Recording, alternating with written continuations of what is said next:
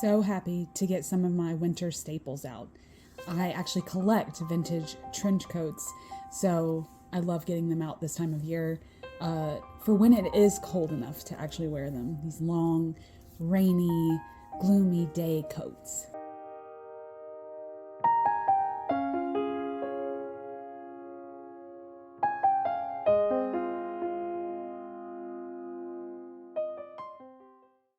I also have lots of velvet as a whimsigoth, and this velvet blazer is such a go-to for those rare times when I get to go out. It just fills me with such lushness. These over-the-knee boots have been in my life for years and years, and they are so good. Boots are a powerful winter staple that I get out of the closet and dust off each year. I kind of wanted to touch on my YouTube journey a little bit because I've done a lot of good stuff on the channel this year and by that I mean like things I'm really, really proud of, you know? I mean like videos that once I uploaded them, I just felt a wave of self-assurance, you know? And it's hard with YouTube because because of the algorithm and everything, and you don't use all the like good, I don't know what you call it, good fancy tools, maybe. You know, like if you don't know what you're doing, if you're just using your phone like me, it's kind of hard to get your point across, you know, to where it would reach a lot of people.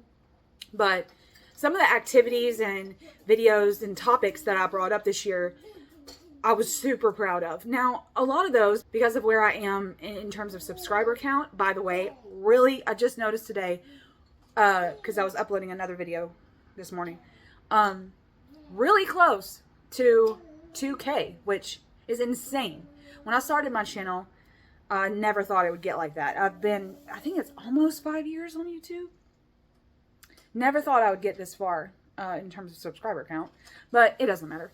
But when you have, like, when you're like around 1,000 subscribers, the videos that you are super proud of and you want, and you're like, man, I want this to get to whoever needs to see it, you know, it may not reach those people, you know, and you have to be, I guess you kind of have to be okay with that. Because like after I upload, I feel so self-assured and I'll be like, man, I'm so proud of that. I'm so glad I did this. And then it gets like, you know, little to no engagement and you're sitting there like, I guess it's that validation factor, right? You kind of feel like, oh, maybe this wasn't as good as I thought.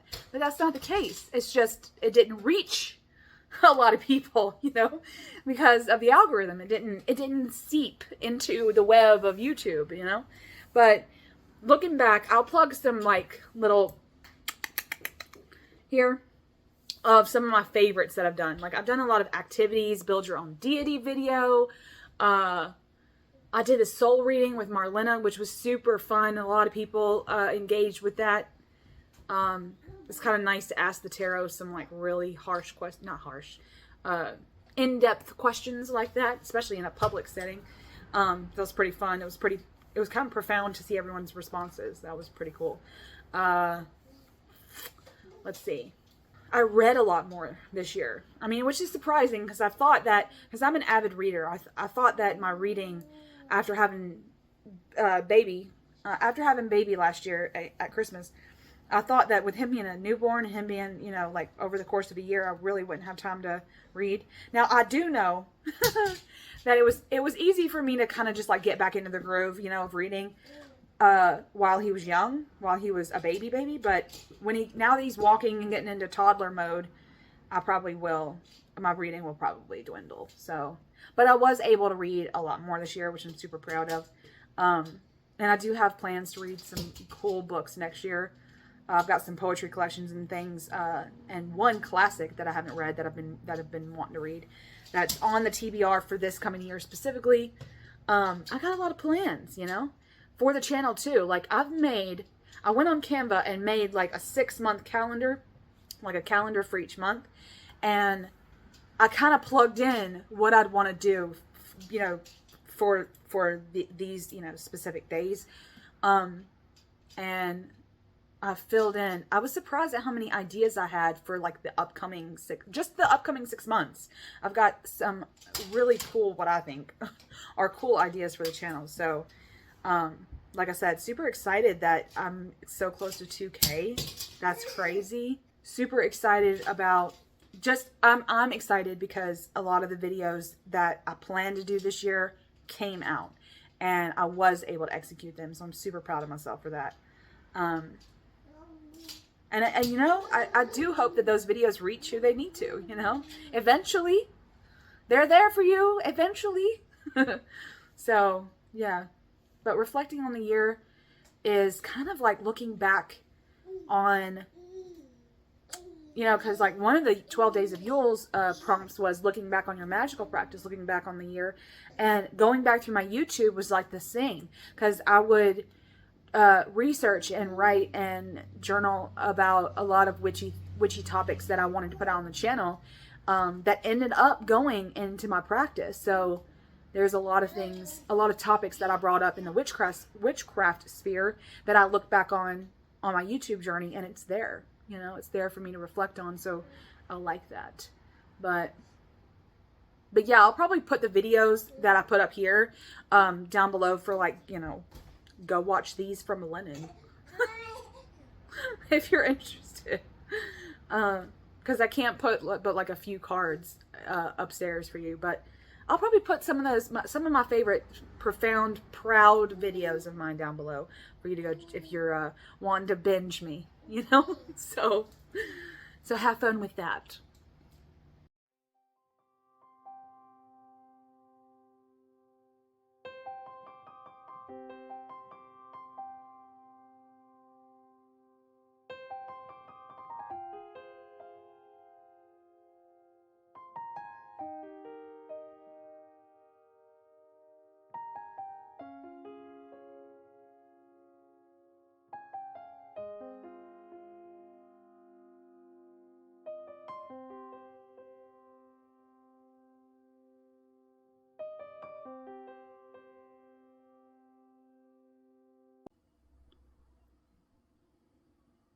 Devour us of priests, deep inside, cave, mountains, edge of blade, edge of night.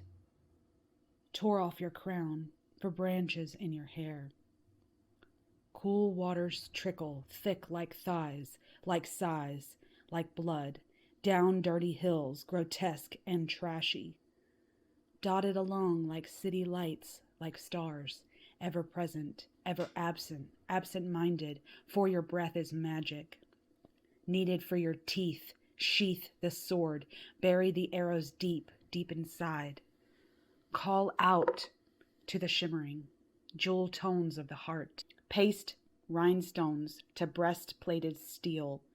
Armor is alive, living inside shards, crystal cave, mountains, edge of forest, edge of sanity.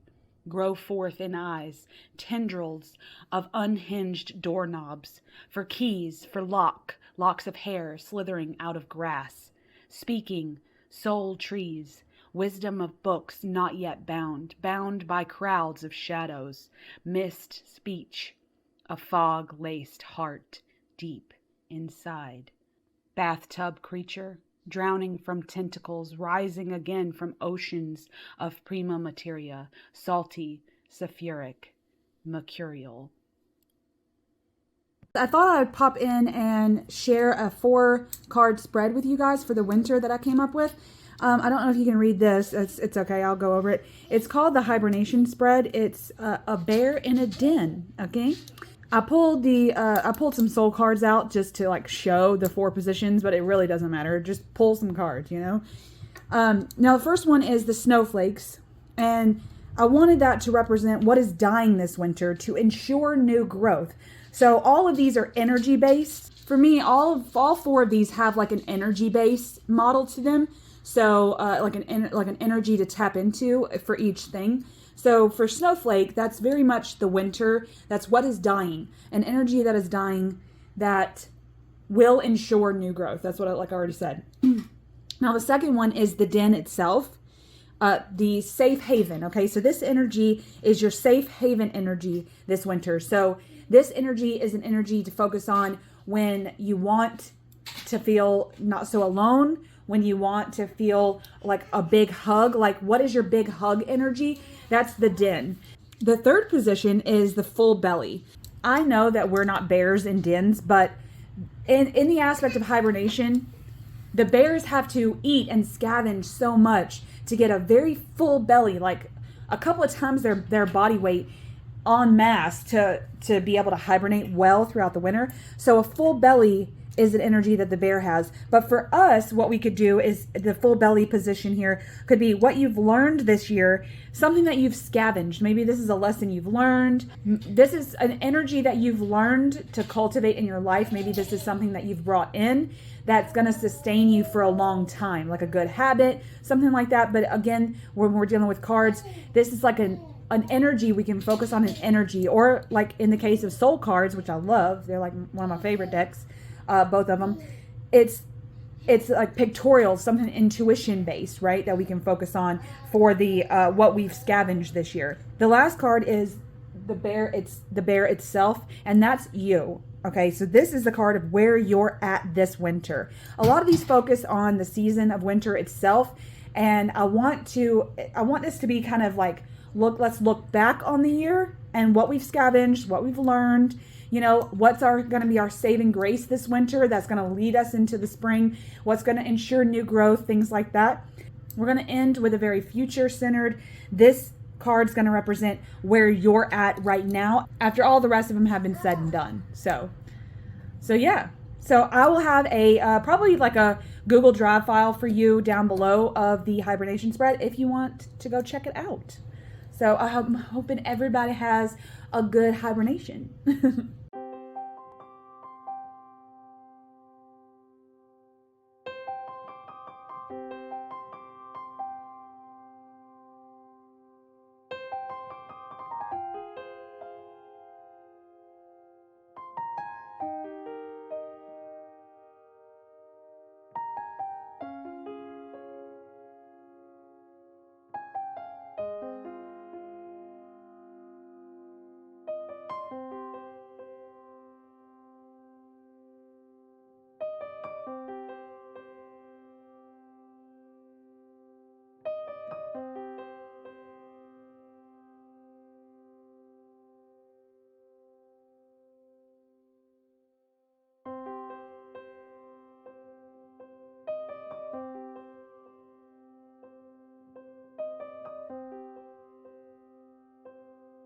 Hi everyone, and I'm in my bedroom, okay, on the bed, because I'm about to perform I guess you could call it a consecration, of my brand new dream journal. I filled up the other one, and I love this. It's so pretty. It's blue and gold, which normally I don't really have like fancy dream journals for my dreams, but I just thought that this one was so appropriate. Unless they're for something specific, you're like, oh my god, it's too pretty, I don't want to use it, and then it just sits over there looking pretty, okay, not useful. So when I get journals like this, I tend to try to put them to something specific that'll force me to actually use it. So for this one, it's going to be my new dream journal, which will live on my nightstand over here. Oop, there's my drink.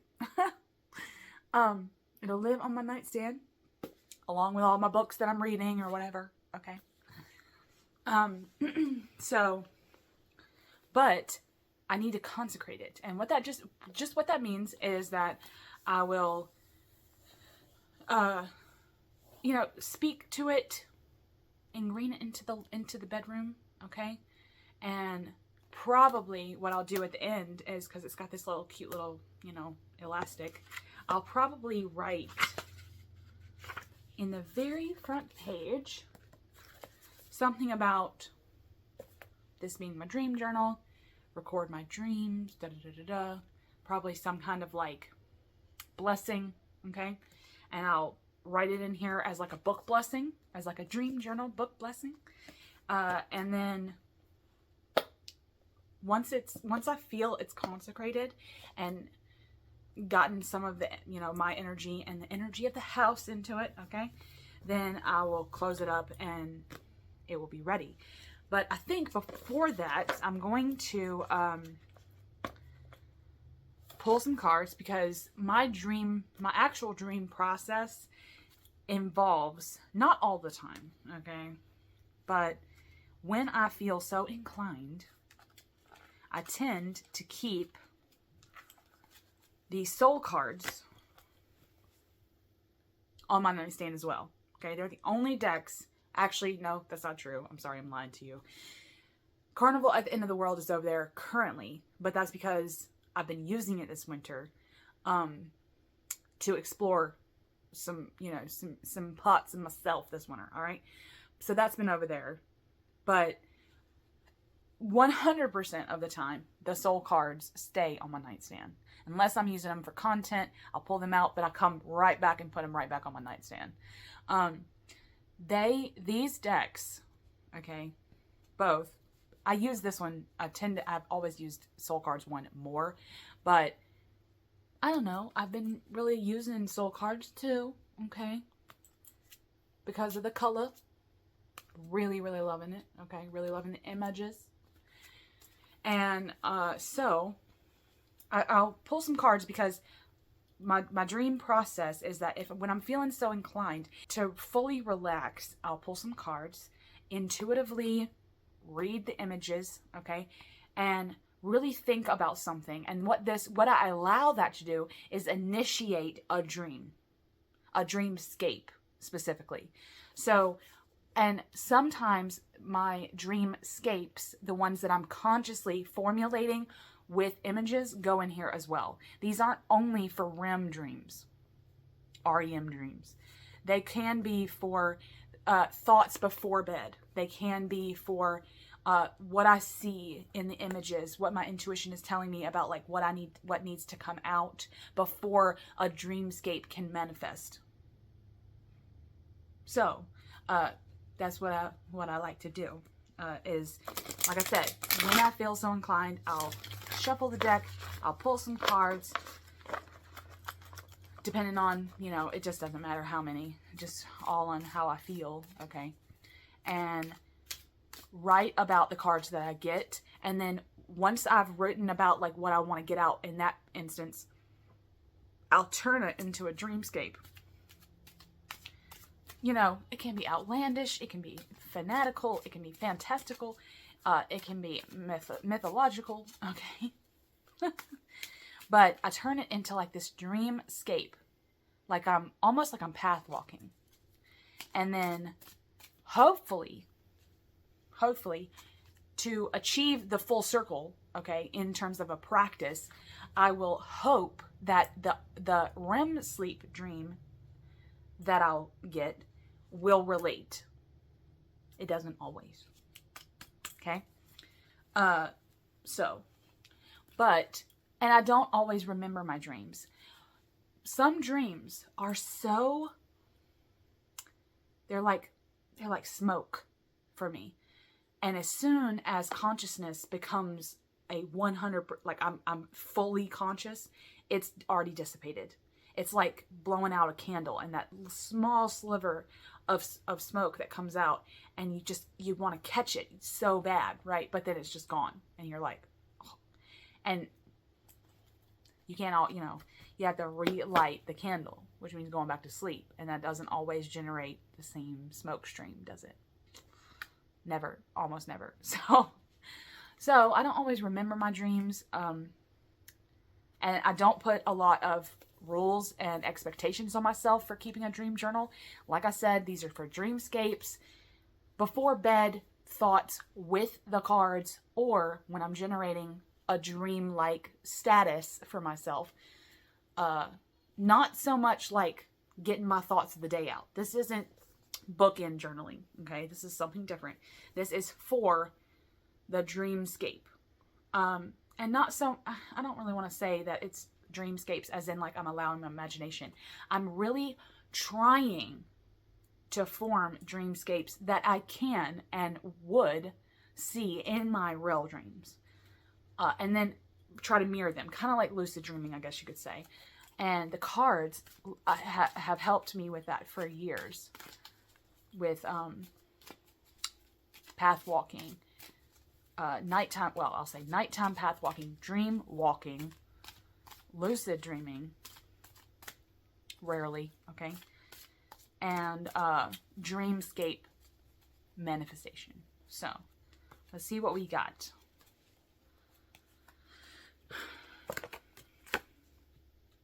Ooh, I like that. Isn't that a perfect image for what we're talking about?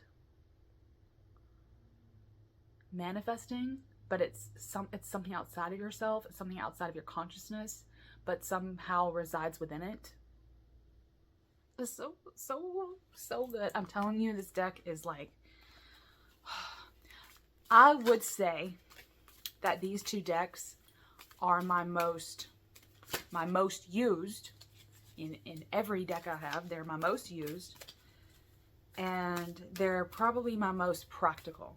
Okay, I don't have to get real spiritual, I don't have to get real witchy, I don't have to get too divinatory. Okay, I can just feel what I feel and allow. That's the key word for these decks, is they allow. That is a good word for these decks and what they do in my practice for me. Okay, what did we get as soul cards one? Ooh, I like this one too. This image looks like a figure with a child, really, but to me it's almost like this leafy thing right here is a wing. So it's almost like this could be a guardian angel, right? Something to look for in the dreams, in the dream world, is this winged figure, this guardian figure that's going to lead me somewhere. And it's funny because the awe that you see in this is looking to the wing part, like this. It's looking to the otherworldly part of this being, but this being is looking forward. Yeah, because they're looking to the right, so they're looking forward for you, and just always makes me think of a guardian. I love it. I love it. Okay, these decks just do something. So that's what I would like automatically with these two cards. I would set them, down. I don't have to use both. Sometimes I feel inclined, I could pull multiple cards from one deck only, or, multiple cards from both decks, or whatever, okay? It just all depends on my mood. But for this experience, like right now, what I would do is I would take these cards, the dream world, something about the dream being separate but also a part of me, but then having a guardian figure and what that would all look like. I would journal about that specifically and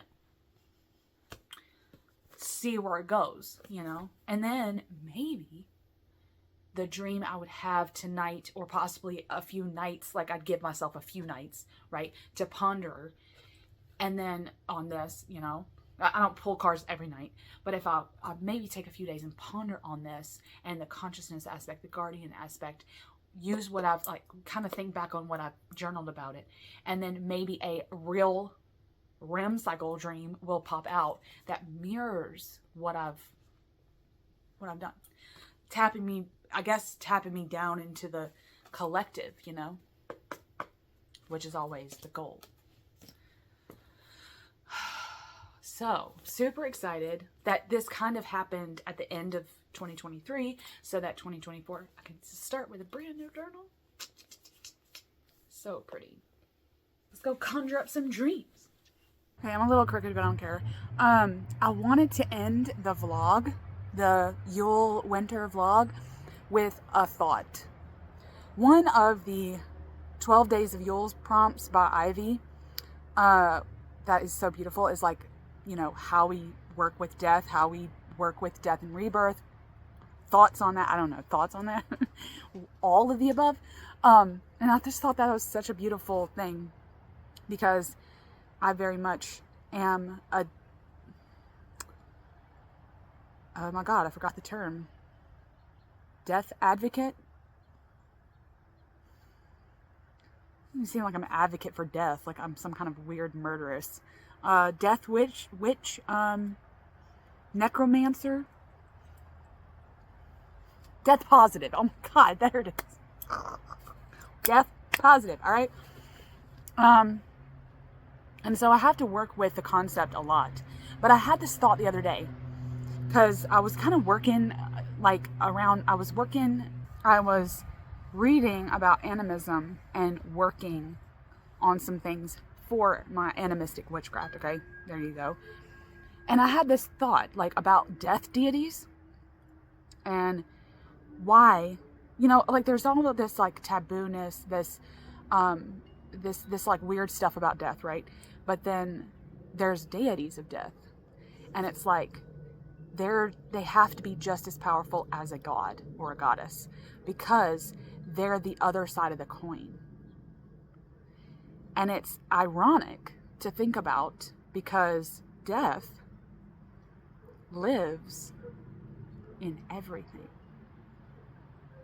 It lives in everything. That's life. It lives in everything that is life. It's already there. You're born with death in you. How ironic, how beautiful, how grievous, how melancholic and sad a little bit. Especially if you don't have a belief structure that revolves around some sort of reincarnation. How sad is that? But how sad is the concept? I mean, not reincarnation. Sad as in you and everything you love and everything that's alive right now will eventually die. Now it's so weird because when I'm thinking about like I said, my animistic brain, I'm thinking about animal life. I'm thinking about trees. I'm thinking about plants. I'm thinking about humans. I'm thinking about all of it. And especially in winter, we pay homage to death and darkness because we notice it. But death lives it lives at such polar extremes because when we see dormancy in winter,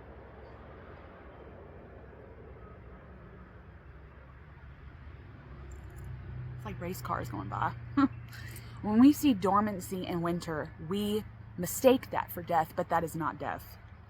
Plants do die in the winter, in harsh winter, okay, they do. But especially for people like me in the south of the U.S., we don't see a lot of death. We see a lot of dormancy, and there is a difference. And then death happens at different times. So I was reading this fantastic article the other day about death and how they can calculate it based on something's size. Right? Like a single cell organism doesn't have long to live. A fly lives less time than an elephant, right? Trees live long time. Trees live long time. Trees live a long time. And we don't always see tree death. We don't always see death. It's almost like it lives in everything, but on its own timetable. It's like I imagine this death wizard. I imagined this when I was thinking about this. I imagine this death wizard, right? Not a Grim Reaper figure, but a death wizard, okay, in a robe and a freaking cone of power hat, and they're looking at the stars, and for me, a lot of the time, wizards, they meddle with time. Okay, they're fascinated with the concept of time and the rotation of cycles. And so I feel like a lot of their research, their wizardry research would go into time itself and how death would have to be outside of that. Death lives in the trees, but over 1,000 years, death lives in a mouse and in a cheetah different. It lives in humans different. And then through the course of science and evolution, especially with humans too, how we've adapted and evolved, the life expectancy is different too because of human evolution. So it's like it's worked through us. Like death can time travel. Like death is a time traveling wizard, and he studies animism, and he pops into different centuries to, you know, check the life expectancy of this animal and this, and, you know, oh, this has led to the death of a whole species, an extinction, you know, like, what does that mean? What does that look like? And then tries to map the future out through fortune telling. Okay, this is all my imagination, right?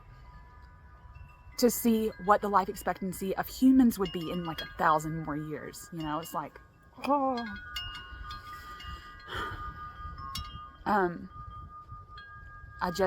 When I thought about that, saying, death lives in everything, I thought, how ironic, I want to be in conversation with that time-traveling, time-obsessed death wizard.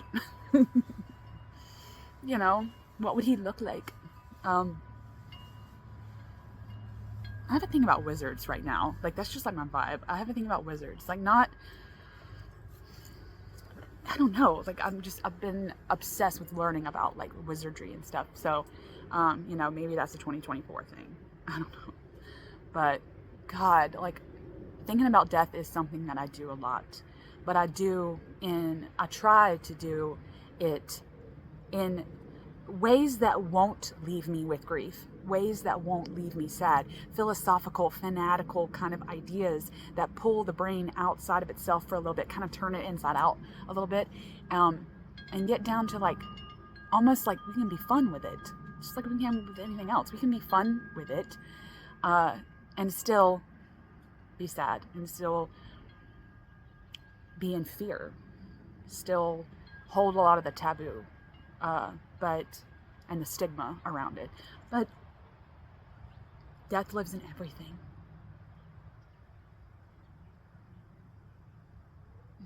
There's a eon, like there are aeons to death, but then there's transience too. And so I will leave you with those thoughts about my time-traveling death wizard and how he lives in everything.